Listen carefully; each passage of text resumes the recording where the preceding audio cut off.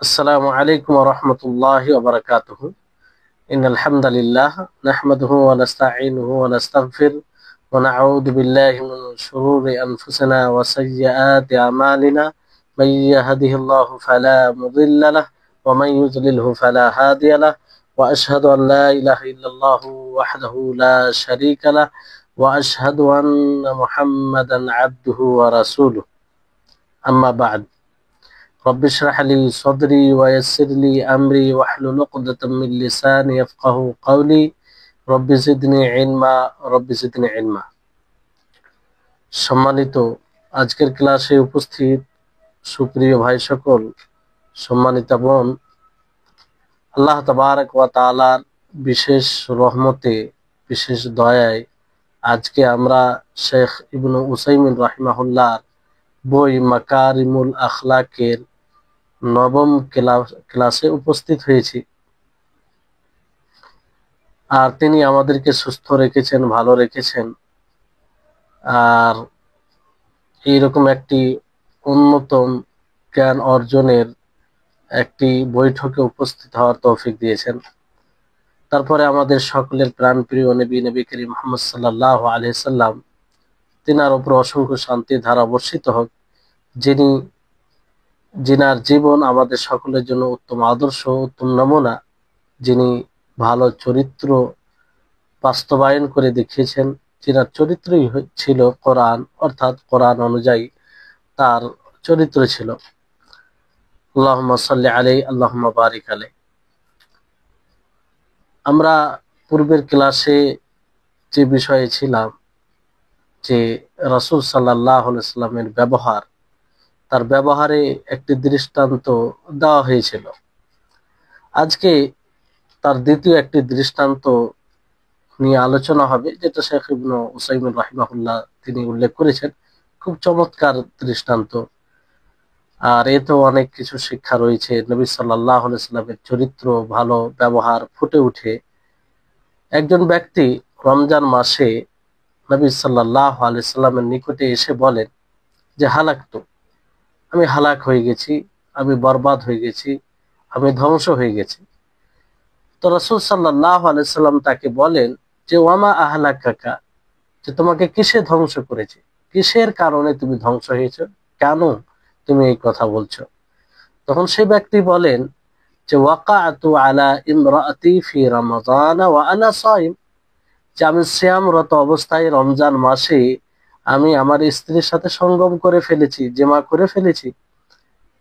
তো রাসূল সাল্লাল্লাহু আলাইহি সাল্লাম ফালাম ইউআব্বিখু, রাসূল সাল্লাল্লাহু আলাইহি সাল্লাম তাকে বকাঝকা করলেন না, তাকে এরকম কড়া কোনো কিছুই বললেন না। বাল ক্বালা লাহু, বরং আল্লাহ নবী তাকে বলেন ফাহাল তাজিদু মা তা'তিকু রাকাবা, তোমার কাছে কি এমন কোনো জিনিস আছে যা দ্বারা তুমি একটি গোলাম মুক্ত করবে, স্বাধীন করবে? সে বলল না, আমার কাছে এমন কিছু নেই। ক্বালা, তারপর বললেন ফাহাল তাস্তাতিউ আন তাসুমা শাহরাইন মুতাতাবিআইন, যে তুমি কি 2 মাস লাগাতার সিয়াম রাখতে পারবে? সে বলল না, 2 মাস লাগাতার রাখতে হবে, মানে কেউ যদি রমজান মাসে স্ত্রীর সাথে জিমা করে নেই সিয়ামরত অবস্থায়, তাহলে তাকে কাফারা দিতে হবে। আর কাফারার জন্য হয় একটি দাস মুক্ত করতে হবে, না হয় 2 মাস লাগাতার রোজা রাখতে হবে। কেউ যদি 58 দিন সিয়াম রেখে 59 ওই দিনে কোনো কারণে না রাখতে পারে, তাহলে তার পূর্বের 58 রোজা বেকার হয়ে যাবে। লাগাতার রাখতে হবে, এটা একদম কঠোর, কারণ এটা ওই রকম অন্যায় করার ফলে এটা করতে হয়। তো হয় একটা দাসকে স্বাধীন করতে হবে, মুক্ত করতে হবে, না এটা যদি সক্ষমতা না থাকে তাহলে 2 মাস লাগাতার সিয়াম সাধনা করতে হবে। তো সেই ব্যক্তি বলল যে না, আমি এটারও শক্তি রাখি না। তখন আল্লাহ নবী বলেন ফাহাল তাজিদু মা তুতঈমু 60 মিসকিনান, যে তুমি কি 60টি মিসকিনকে খাওয়াতে পারবে, তাদেরকে খাবার দিতে পারবে? সে বলল না, এটাও আমি শক্তি রাখি না। তারপর সে বসে গেল। সেই সময় কিছুক্ষণের মধ্যে কিংবা সেই সময় নবী করিম মুহাম্মদ সাল্লাল্লাহু আলাইহি সাল্লামের নিকটে একজন একটা থেলি কিংবা বস্তা যাই হোক এরকম কিছু পাত্রতে খেজুর, পরিপূর্ণ খেজুর নিয়ে আসে। তো আল্লাহ নবী তাকে সেই খেজুরের পাত্রটি কিংবা খেজুরের থেলি কিংবা ব্যাগ, বস্তা যাই হোক সেটি তাকে তার হাতে তাকে দিয়ে দেন, আর তাকে বলেন যে তাসাদ্দাক বিহাদা, তাসাদ্দাক বিহাদা, যে তুমি এটা সাদাকা করে দাও। ফাকাল রাজুল, তো সে ব্যক্তি বলল, সে সাহাবী রাদিয়াল্লাহু আনহু, তিনি বললেন যে আ'লা আফকারু মিন্না ফামা বাইনা লাবাতাইহা আহওয়াজু ইলাইহি মিন্না, যে এই যে দুই পাহাড় আপনি দেখছেন, দুই লাবা দেখছেন, এই দুইয়ের মাঝে আমার চেয়ে কেউ ফকির কেউ নেই, আমার চেয়ে অসহায়, আমার চেয়ে দরিদ্র কেউ নেই, আমি সবচেয়ে দরিদ্র, আমি সবচেয়ে বড় ফকির। ফাযাহিকান নবিয়্যু সাল্লাল্লাহু আলাইহি সাল্লাম হাত্তা বাদাত আনিয়াবুহু, নবী করিম মুহাম্মদ সাল্লাল্লাহু আলাইহি সাল্লাম হাসতে লাগলেন, এমন কি হাসতে হাসতে হাসতে আল্লাহ নবীর যে দাঁড় সেটা মানে ফুটে উঠে দেখতে পায়। আর আল্লাহ নবী এইভাবে খুব কমই হেসেছে, খুব কম। আল্লাহ নবী মানে মুস্কি হাসতেন, কিন্তু এই সময় এইভাবে হেসে ফেললেন যে উনার দাঁড় দেখা গিয়েছে। তারপর বলেন যে ইযহাব ফাআতইমহু আহলাক, যে যাও তুমি এটা নিয়ে যাও এবং তোমার পরিবারকে খাইয়ে দাও। তো এই ঘটনাতে রাসূল সাল্লাল্লাহু আলাইহি সাল্লামের উত্তম চরিত্রের কয়েকটি দিক রয়েছে। দেখেন, একজন ব্যক্তি অন্যায় করেছে, বড় পাপ করেছে, স্ত্রীর সাথে সঙ্গম, যেটা গুনাহ, পাপ ছিল। স্বাভাবিকভাবে মানুষ যখন কোনো এরকম প্রকাশ্য অন্যায় করে মানুষের রাগ হয়। তা আল্লাহর নবী তাকে বকাঝকা করলেন না, তাকে ডাঁট দিলেন না, আর না তাকে মন্দ কথা বললেন, কিছু বললেন। আল্লাহ তাআলা সেখানে সহিষ্ণু হয়ে আর হিকমত অবলম্বন করলেন, কারণ আল্লাহ নবী তাকে দেখলেন যে সে লজ্জিত, সে এই কাজ করাতে লজ্জিত, সে নিজে মানে লজ্জিত হয়েছে, তায়েব হয়েছে, সে ফিরে আসতে চাইছে, সে ভয় পেয়েছে। গুনাহ তো হয়েছে, পাপ হয়েছে, কিন্তু সে ভয় পেয়েছে, তার দ্বারা হলো কেন? এই জন্য সে কি বলে, হালাকতু, আমি হালাক হয়ে গেলাম, আমি বরবাদ হয়ে গেলাম, আমি ধ্বংস হয়ে গেলাম, আমি শেষ হয়ে গেলাম। তো এই অবস্থা দেখে আল্লাহর নবী মুহাম্মদ সাল্লাল্লাহু আলাইহি সাল্লাম, যিনি দূরদর্শী ছিলেন, তিনি ভাবলেন যে না, একে বকাঝকা করার এটা বিষয় নয়, সে তো জানে, সে তো অনুতপ্ত হয়েছে, সে তো ফিরে আসতে চাইছে, আমি তাকে কেন বকা দেব, কেন বকা দেব? আর সে ব্যক্তি জানতো যে এই গুনাহ করলে কি তার শাস্তি আছে, এই জন্য সে ব্যক্তি, সে সাহাবী কি বললেন, হালাক, তো আমি বরবাদ হয়ে গেছি, আমি হালাক হয়ে গেছি। যদি না জানতো তো এই কথা বলতো? এখানে তিনি জানার পরে গুনাহ করেছেন, গুনাহ হয়ে গেছে, লজ্জিত হয়েছে, তায়েব হয়েছে, খাইফ, আল্লাহ তাআলাকে ভয় করেছে, ফলে আল্লাহ নবী তাকে বকাঝকা করলেন না। তাহলে এই সাহাবী এখানে তিনি জানতেন। আর পূর্বের যে দৃষ্টান্ত দেওয়া হয়েছে আপনাদেরকে, সেখানে কিন্তু উনি সেই বেদুইন, তিনি জানতেন না, তিনি জানতেন না, এই জন্য তিনি মসজিদে আল্লাহর ঘরে পেশাব করলেন। তো এইখান থেকে বোঝা যাচ্ছে যে কোনো ব্যক্তি যদি ভুল করে, অন্যায় করে, জুলুম করে, তারপরে ফিরে আসে, তাহলে তাকে ক্ষমা করে দেওয়া উচিত, তাকে বকাঝকা করা উচিত নয়।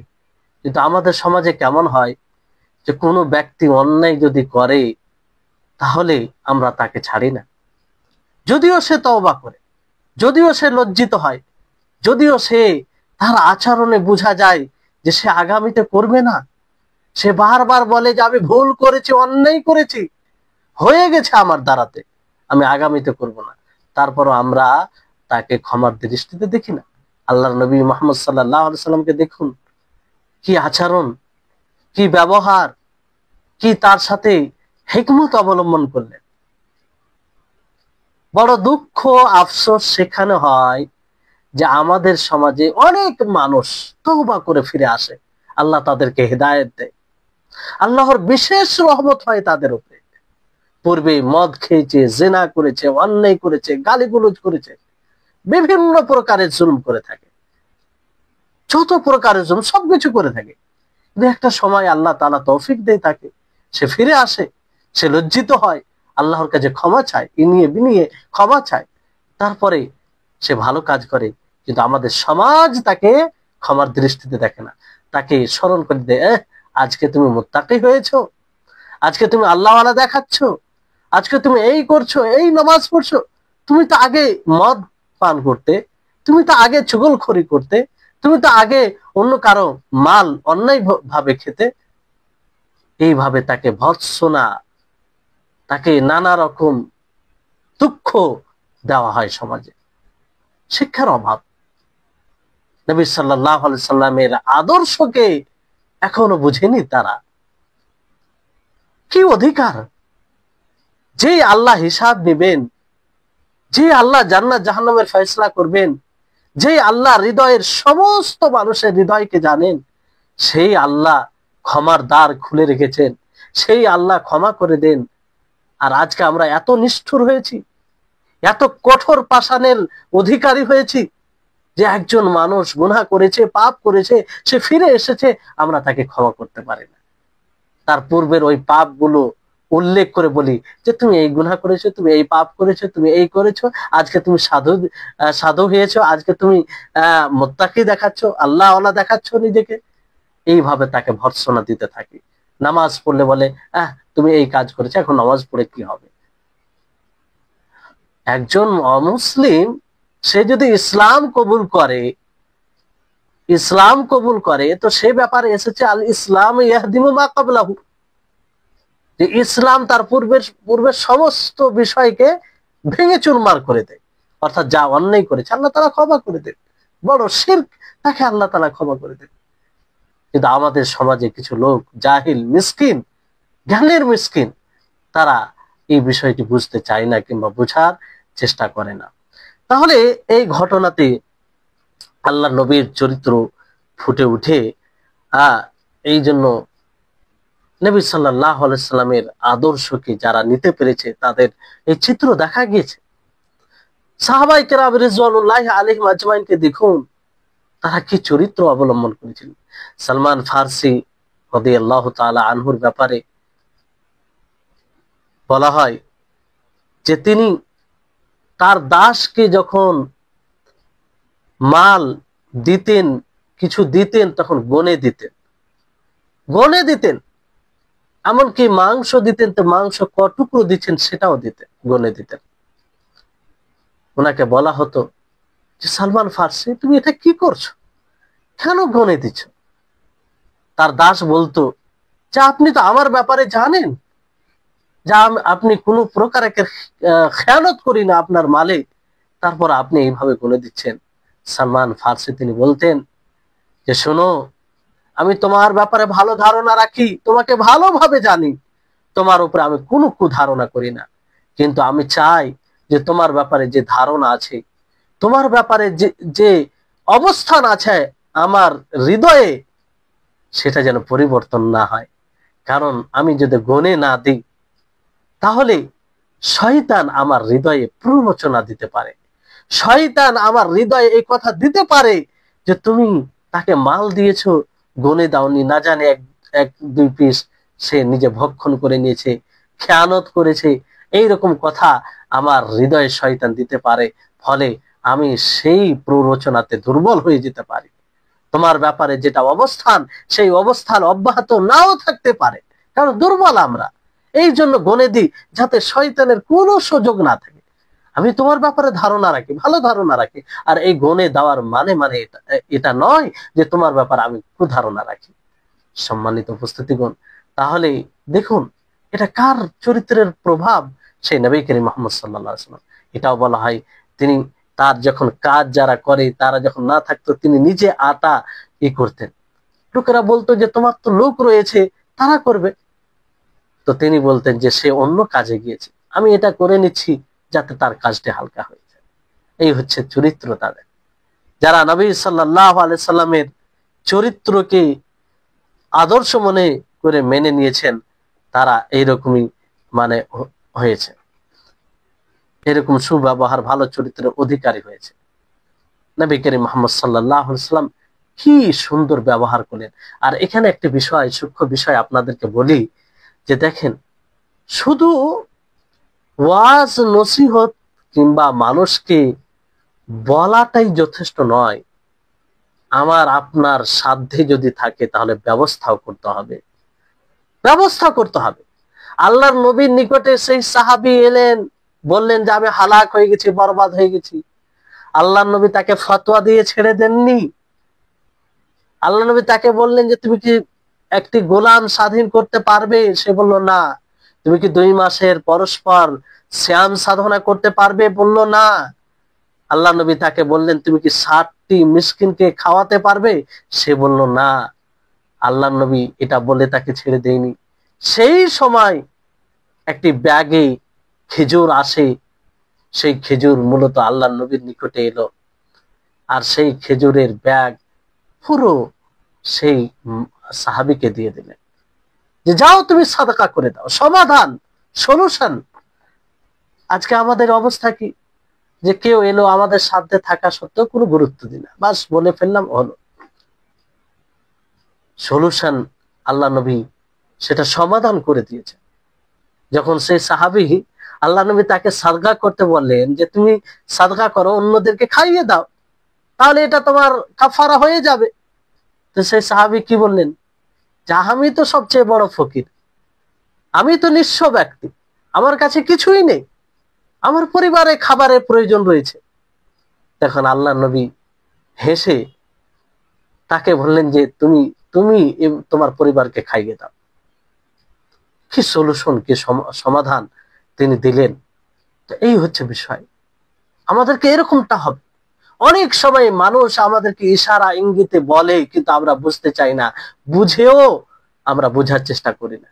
অনেক সময় দেখবেন আপনাকে কেউ ফোন করবে, আপনাকে কেউ কিছু বলবে, তার উদ্দেশ্য এক থাকে, তার উদ্দেশ্য এক থাকে, সরাসরি আপনাকে বলতে পারে না, অন্য বাহানাতে কথা বলে যাতে আপনি বুঝতে পারেন তার প্রয়োজন কি, সে কি চাইছে। তো আপনার ওই প্রয়োজনকে বোঝা উচিত। অনেক সময় বলে ফোন করে যে কথা বলতে গিয়ে যে আমি অনেক ঋণী হয়েছি, আমার অনেক ধার হয়েছে, আর আপনি লোকটিকে ভালোভাবে জানেন যে সে ধার দিয়ে দেয়, আর সামনে সে বলছে আমার ছেলের বিবাহ কিংবা আমার মেয়ের বিবাহ, তো কি করব খুঁজে পাচ্ছে, আপনাকে সরাসরি বলছে না যে আপনি কিছু সহযোগিতা করুন। এখানে মানবিক দিক দিয়ে এবং ভালো চরিত্রের দিক দিয়ে উচিত হবে যে তার সহযোগিতা করুন, যদিও আপনাকে না বলে। এরকম অনেক কিছু হয় আমাদের সামাজিক জীবনে ঘটে, যেটা প্রত্যেকে আমরা জানি, বুঝি, কিন্তু অনেক সময় এগুলো আমরা উপলব্ধি করি। আল্লাহ তাআলা এতটা আমাদেরকে বিবেক দিয়েছে, তারপরেও মানে হয় না। কোন এক সাথী এরকম ঘটনা বলছিলেন যে একজন মানে সে বিদাতি ঘরের, তো সুন্নাতের আহলুস সুন্নাত ওয়াল জামাত অর্থাৎ আহলুল হাদিস হয়েছে, সুন্নাহ অনুযায়ী জীবন গড়ার জন্য। তো সেই সময় তার মা অথবা বাবা মারা যায়, তো সকলেই দেখতে আসে, দেখে চলে যায়, তাকে একটু মানে দেয়, ধৈর্যের উপদেশ দেয়, দেখে চলে যায়। তো সেই ব্যক্তির নিকটে সেই দিন কাফনের পয়সা ছিল না। কোনো ব্যক্তি এই কথাটি জিজ্ঞাসা করলো না, কারণ সে আহলুল হাদিস হয়েছিল। তো তাকে তার সমাজ, তার খানদান, তার সকলেই তাকে পরিহার করেছিল, তাকে ত্যাগ করেছিল, বয়কট করেছিল। তো সবাই দেখে চলে আসে, কিন্তু জিজ্ঞাসা করলো না যে আচ্ছা তোমার খরচের বিষয়, কাফন দাফন এগুলো কে কেমন কি হলো, কেউ জিজ্ঞাসা করলো। সেই ব্যক্তি বলে যে এই ঘটনাটা আমি জীবনে ভুলতে পারবো না। তাই হচ্ছে আমাদের আজকের সমাজ, যে আমরা অন্যের কষ্ট উপলব্ধি করি না, কষ্টের উপলব্ধি বুঝার লক্ষণ থাকে, তারপর আমরা সেটাকে ইগনোর করি, উপেক্ষা করি। তাহলে এই বিষয়টি ভাবতে হবে। আল্লাহ নবী মুহাম্মদ সাল্লাল্লাহু আলাইহি সাল্লাম তিনার দেখুন এই হাদিসটি থেকে আমরা অনেক শিক্ষা নিতে পারি। তারপরে শরীয়তে ইসলামিয়াতে এমনটাও বিষয় নাই যে সবসময় নরম হতে হবে আর সবসময় কঠোর হতে হবে। আপনি যার সাথে নরম ব্যবহার করে উপকার দেখতে পাবেন, উপকার হবে, সেখানে নরম ব্যবহার করবেন। আল্লাহর নবীকে দেখুন যে এই জায়গাতে কেন তার সাথে নরম ব্যবহার করলেন, কারণ তিনি দেখলেন যে সে তায়েব, সে তওবা করার জন্য রেডি, সে তওবা করতে চাইছে। এই জন্য সে বলল হালাক, তো আমি হালাক হয়ে গেছি, সে অনুতপ্ত। তো এখানে তাকে বকাঝকা করার কোনো প্রয়োজন নাই, এখানে তার উপরে কঠোর হওয়ার কোনো প্রয়োজন নেই। ফলে আল্লাহ নবী তার সাথে নম্রতার সাথে মানে কথা বললেন, এতে সমাধান হলো সুন্দরভাবে।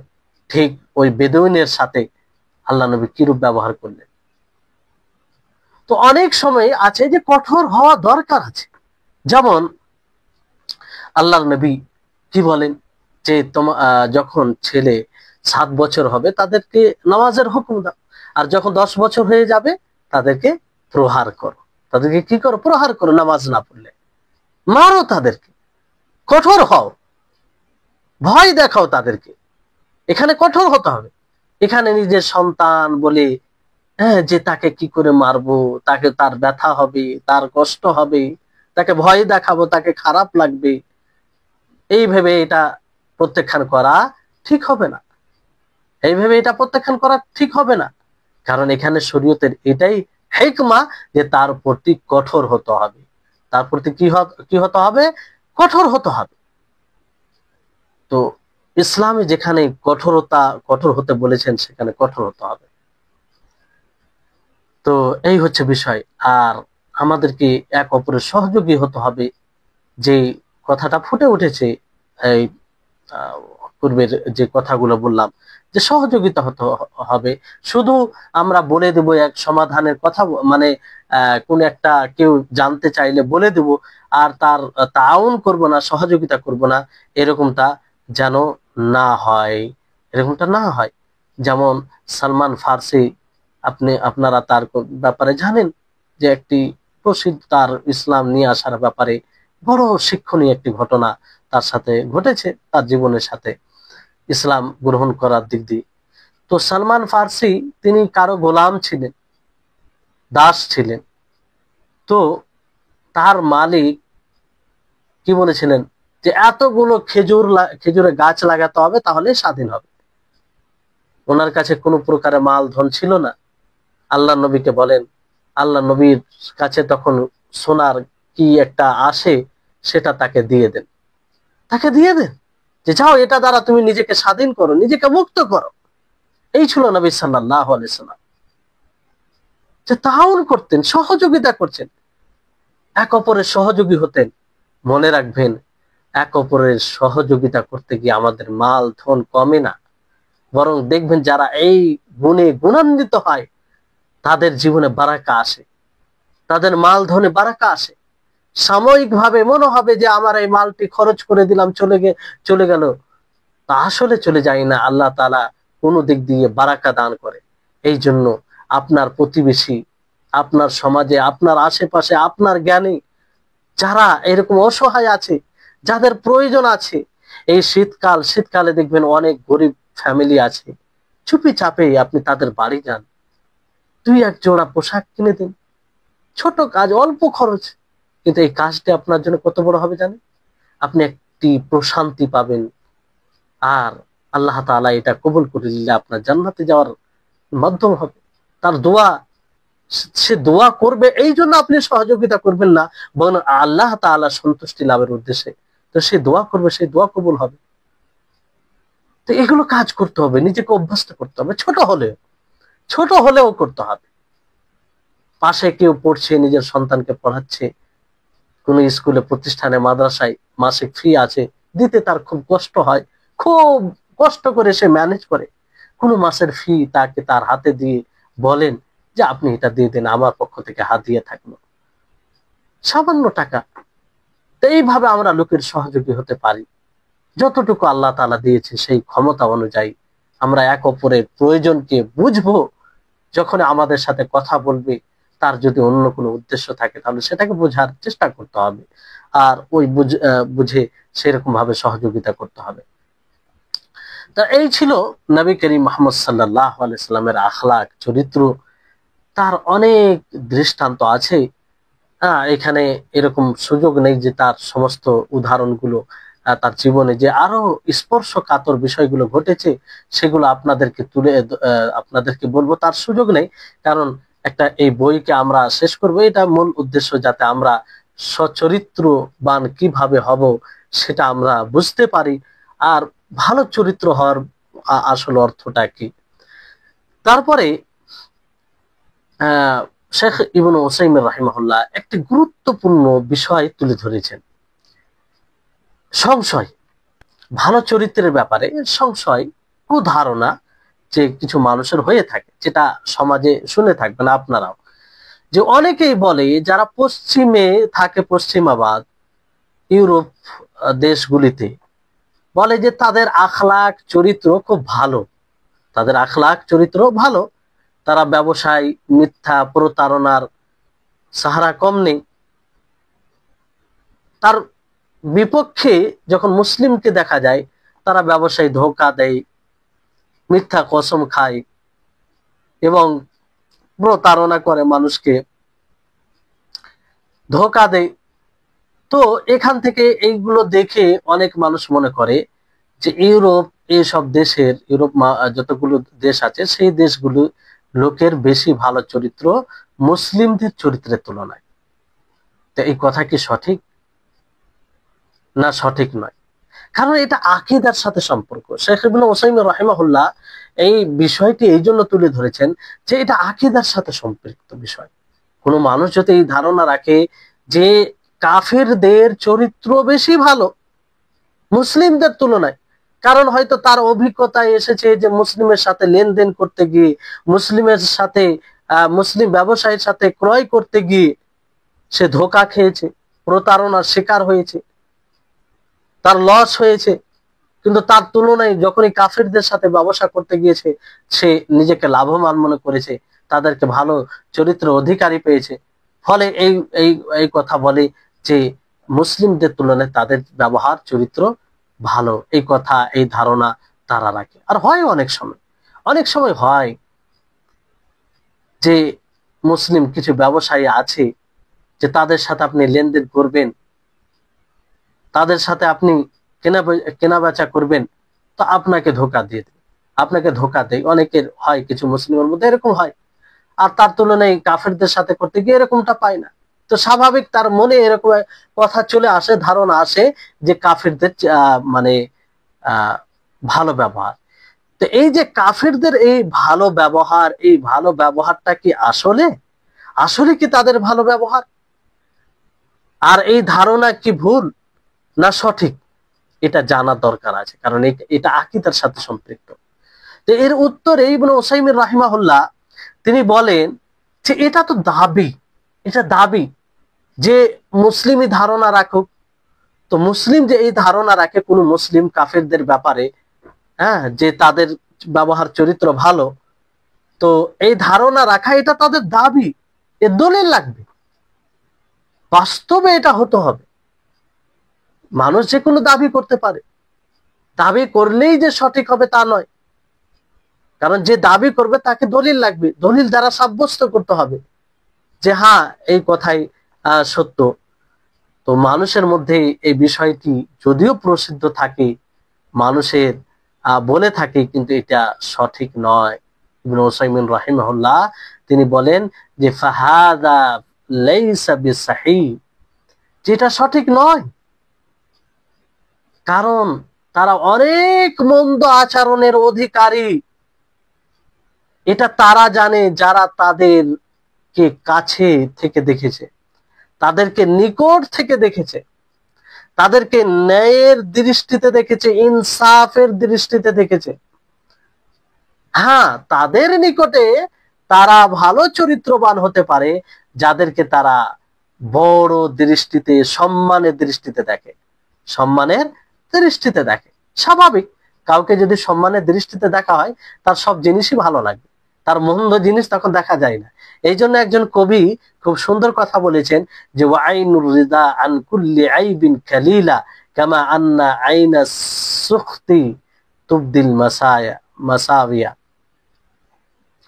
যে সন্তুষ্টির যেটা দৃষ্টি প্রত্যেক ত্রুটিকে মানে দুর্বল দেখায়, দুর্বল দেখায়। মানে যার প্রতি যে দৃষ্টি সন্তুষ্ট থাকে তার দুর্বলতা মানে তার ত্রুটিগুলো কম ফুটে ওঠে, সে দুর্বল মনে করে আর তার মন্দ কাজগুলো ভালো মনে করে।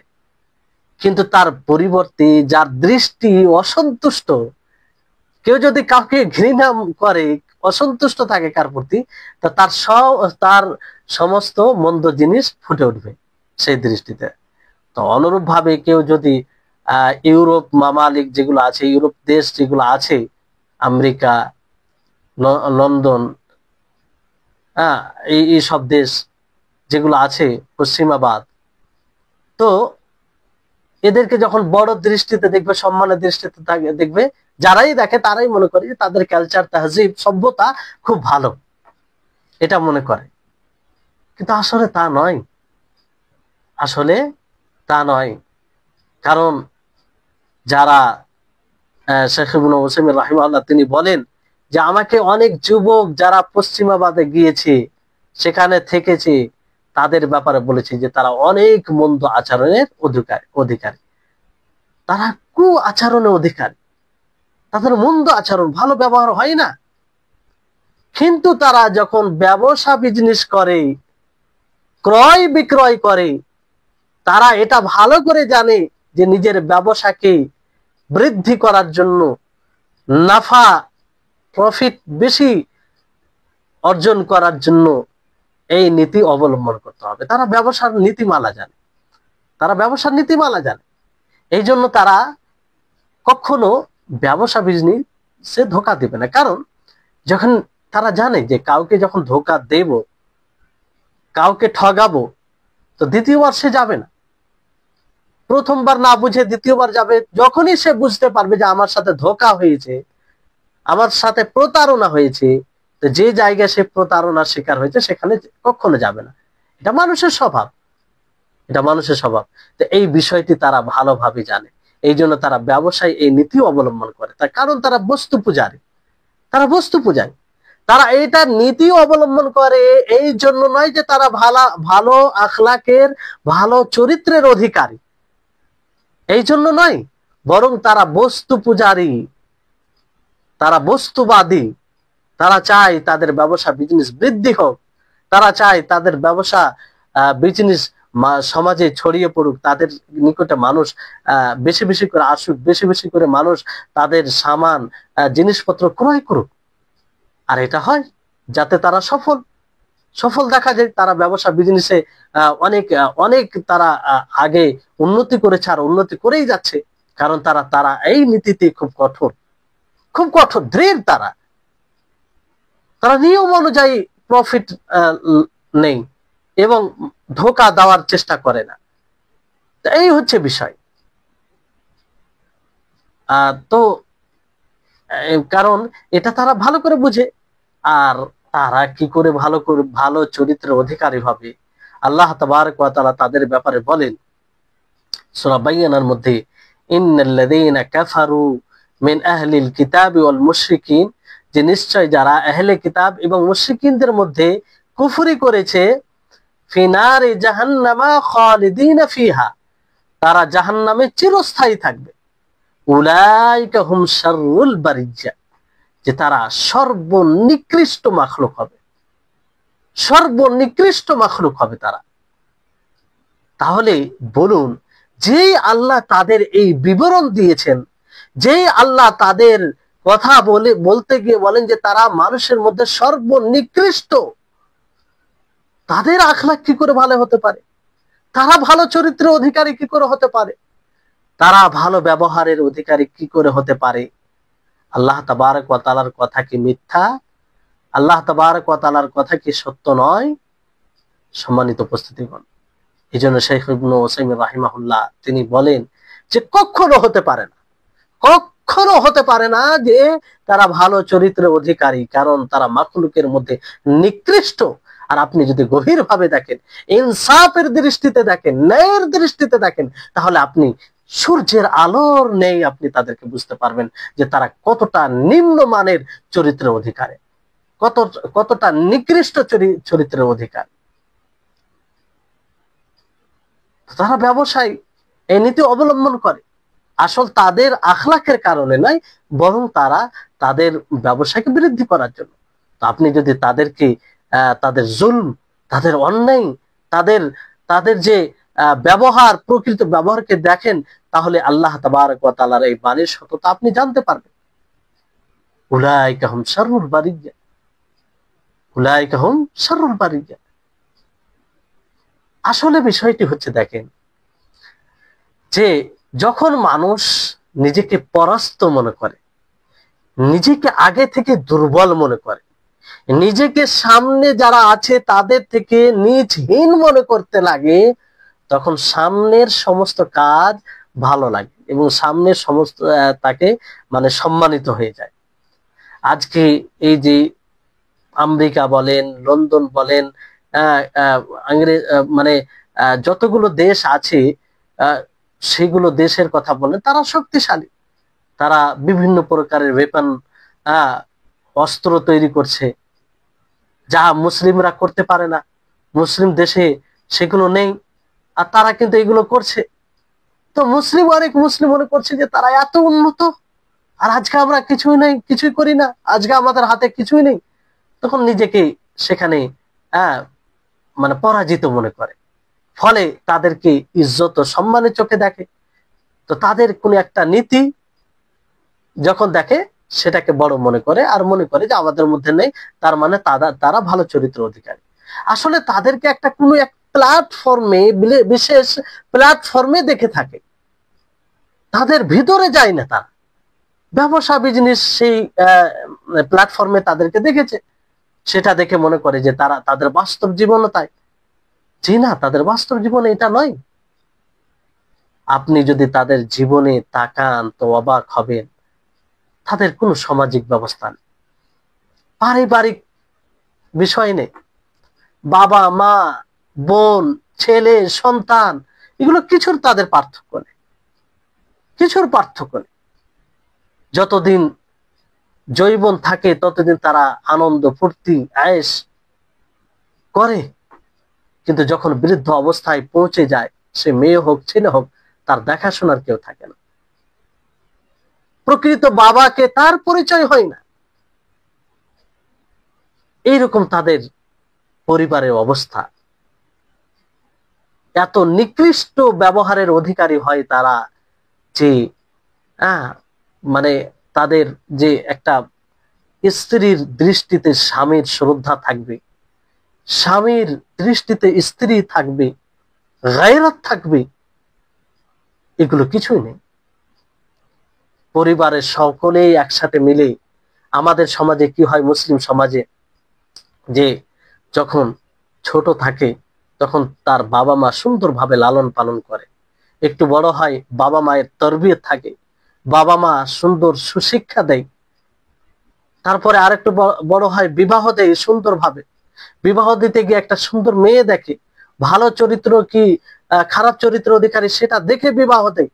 বিবাহ হয়ে যাওয়ার পরে ছেলে সন্তান আসে, তার সাথে খেলাধুলা করে, আবার যখন বৃদ্ধ হয়ে যায় তার পোতা পতিন, নাতি নাতিন, তাদের সাথে খেলা করে, তারা মোহাব্বত ভালোবাসা দেয়, এইভাবে জীবন কাটে। কিন্তু তাদের তা নয়। তাদের ছেলে বড় হলো, একটু কিছু বুঝতে শিখলো, ছেড়ে দিল স্বাধীন, মেয়েকে ছেড়ে দিল স্বাধীন, মেয়ে কি করছে না করছে কারো কিছু বলার অধিকার নেই। আর এগুলো আপনারা সকলে জানেন, সকলে জানেন, অনেকে হয়তো সেই সেই জায়গায় গুলোতে থেকেছেন, দেখেছেন স্বচক্ষে। তো এই হচ্ছে তাদের মানে ব্যবহার, তাদের জীবন, তারা ভালো চরিত্রের অধিকারী হবে, যাদের ব্যাপারে আল্লাহ তাআলা বলেন উলাইকা হুম শাররুল বারিয়া। তাহলে এই ধারণা রাখা যে তাদের চরিত্র ভালো, তারা ভালো চরিত্র অধিকারী মুসলিমদের তুলনায়, এটা আকীদাগত ভুল, এটা ধারণাগত ভুল, এটা ছোট মোটো ভুল নয়। কারণ আল্লাহ তাআলা তাদের ব্যাপারে বলছেন সর্বনিকৃষ্ট, আর আপনি বলছেন যে তারা ভালো চরিত্র অধিকারী। তাহলে বিষয়টি ভাবতে হবে। এবার এখানে যেটা বিষয় আসে সেটা হচ্ছে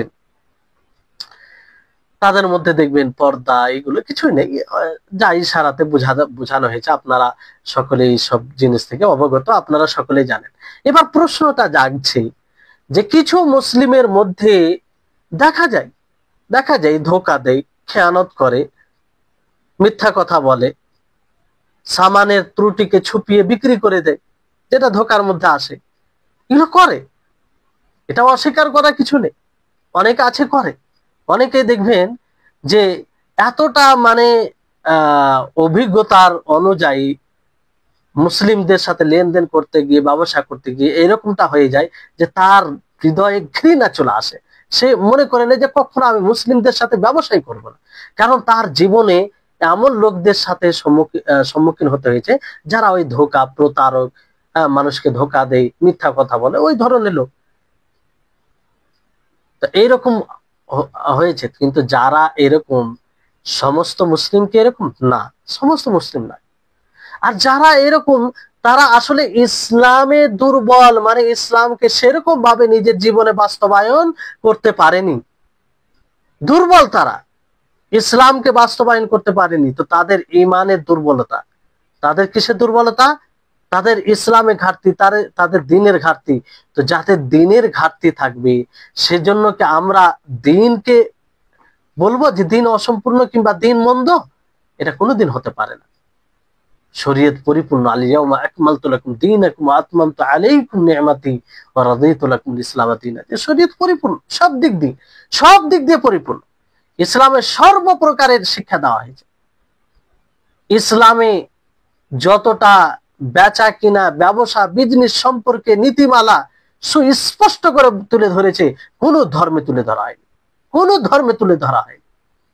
আল্লাহ নবী স্পষ্ট ভাবে বলেছেন যে ব্যবসা করতে গিয়ে, বেচা কিনা করতে গিয়ে মিথ্যা কথা বলবে, ধোঁকা দিবে, তার ব্যবসায় বরকত হবে না, বরকত ছিনিয়ে যাবে, বরকত বিলুপ্ত হবে। সেটা এরকম কথা কোন ধর্মে বলা হয়? এত সুঠম নীতিমালা দেওয়া হয়েছে ইসলামে, যা অন্য কোন ধর্মে পাওয়া তো দূরের কথা, আপনি আশাও করতে পারবেন না। কিন্তু যদি কেউ পালন না করে, কেউ এটাকে বাস্তবায়ন না করে, তাহলে তার জন্য কি আপনি ইসলামকে দায়ী করবেন? দিনকে দায়ী করবেন? দিনকে দায়ী করা যাবে না। দিন নিজের জায়গায় সঠিক।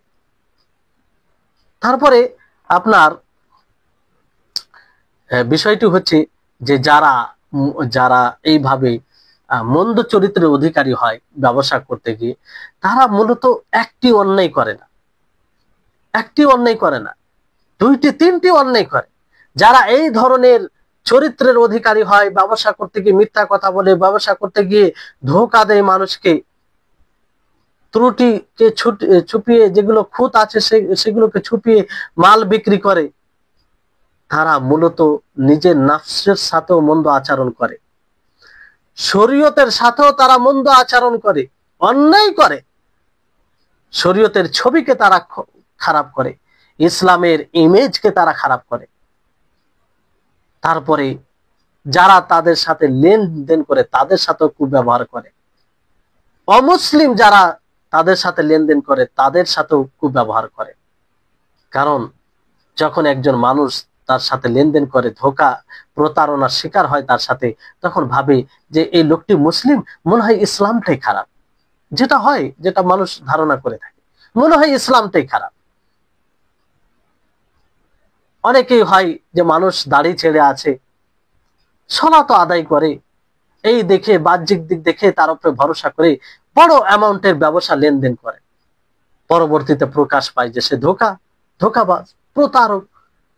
তো এইরকম ব্যক্তির স্বাভাবিক একটা ধারণা চলে আসে, যেটা অনুচিত, উচিত নয়। যে মনে হয় ইসলামটাই ভালো নয়, নাউজুবিল্লাহ। ইসলাম তাহলে এই মুসলিমরা যারা এরকম প্রতারক, এরকম মানে খারাপ চরিত্রের অধিকারী হয়, তারা শুধু নিজের সাথে অন্যায় করে না, অন্যের সাথেও, শরীয়তের সাথে, ইসলামের সাথে অন্যায় করে। যারা তাদের সাথে লেনদেন করে তাদের সাথে, অমুসলিমদের সাথেও তারা অন্যায় করে। কিন্তু যারা অমুসলিম তারা নিজের সাথেই অন্যায় করে, নিজের সাথে অন্যায় করে। তাহলে বিষয়টা হচ্ছে যে এক বোধসম্পন্ন ব্যক্তি কখনো এটা বলবে না যে কেউ, কোনো মুসলিম যদি মন্দ চরিত্রের অধিকারী হয় তো তার কারণে ইসলাম খারাপ। তো যারা এই কথা বলে, বেশিরভাগ দেখবেন যে যারা ইউরোপ দেশগুলিতে থেকে আসে, তারা তাদের খুব সুনাম করে, খুব সুনাম করে বলে কিছু দিক দেখে, মানে সব অ্যাঙ্গেল দিয়ে সেটা না দেখে, সব দিক দিয়ে না ভেবে বলে ফেলে যে তাদের সভ্যতা খুব ভালো, তাদের সভ্যতা খুব ভালো। এটা কি করে ভালো হয়? এটা কেন বলে ভালো? ভালো এই কারণে বলে যে হয়তো এই কিছু অমুসলিমদের খারাপ চরিত্র দেখে এটা বলে। আর অনেক সময় এতটা প্রভাবিত হয়ে যায় যে বলে যে ইসলামটাই মনে হয় মন্দ, এতটা প্রভাবিত হয়ে যায়। এই জন্য ভালোভাবে জ্ঞান অর্জন করতে হবে, ইসলামকে জানতে হবে। এই জন্য ইবনে উসাইমিন রাহিমাহুল্লাহ তিনি বলেন যে প্রত্যেক মুসলিমকে এই ব্যাপারে ভালো ধারণার অধিকারী হতে হবে, লড়াই করতে হবে, মানে লড়াই করতে হবে। আর মানুষকে বুঝাতে হবে যে ইসলামটা কি, ইসলাম কি শিক্ষা দেয়, যেন মানুষের দ্বারা, একজন মুসলিম যে ইসলামকে ফলো করে তার দ্বারা ইসলাম, প্রকৃতি ইসলাম ফুটে উঠে, মানুষ বুঝতে পারে যে হ্যাঁ, এই লোকটি এত সদ্গুণের অধিকারী, ভালো চরিত্রের অধিকারী, কাউকে ধোকা দেয় না, খেয়ানত করে না, আর কোনোভাবেই মানুষকে কষ্ট দেয় না। তখন ভাববে যে এই লোকটি কোন ধর্মকে পালন করে। যখন জানবে যে হ্যাঁ ইসলামকে পালন করে, সে বুঝতে পারবে যে ইসলাম ধর্ম ভালো শিক্ষা দেয়, ভালো শিক্ষা দেয়। তাহলে এইভাবে আমাদের চরিত্র অবলম্বন করতে হবে। তো এই হচ্ছে বিষয়। তারপরে এটা এই এই বিষয়টি স্বতন্ত্রভাবে বলার উদ্দেশ্য হচ্ছে এটা, যে এটা একটা আকীদার সাথে সম্পৃক্ত বিষয়, আকীদার সাথে সম্পৃক্ত বিষয়।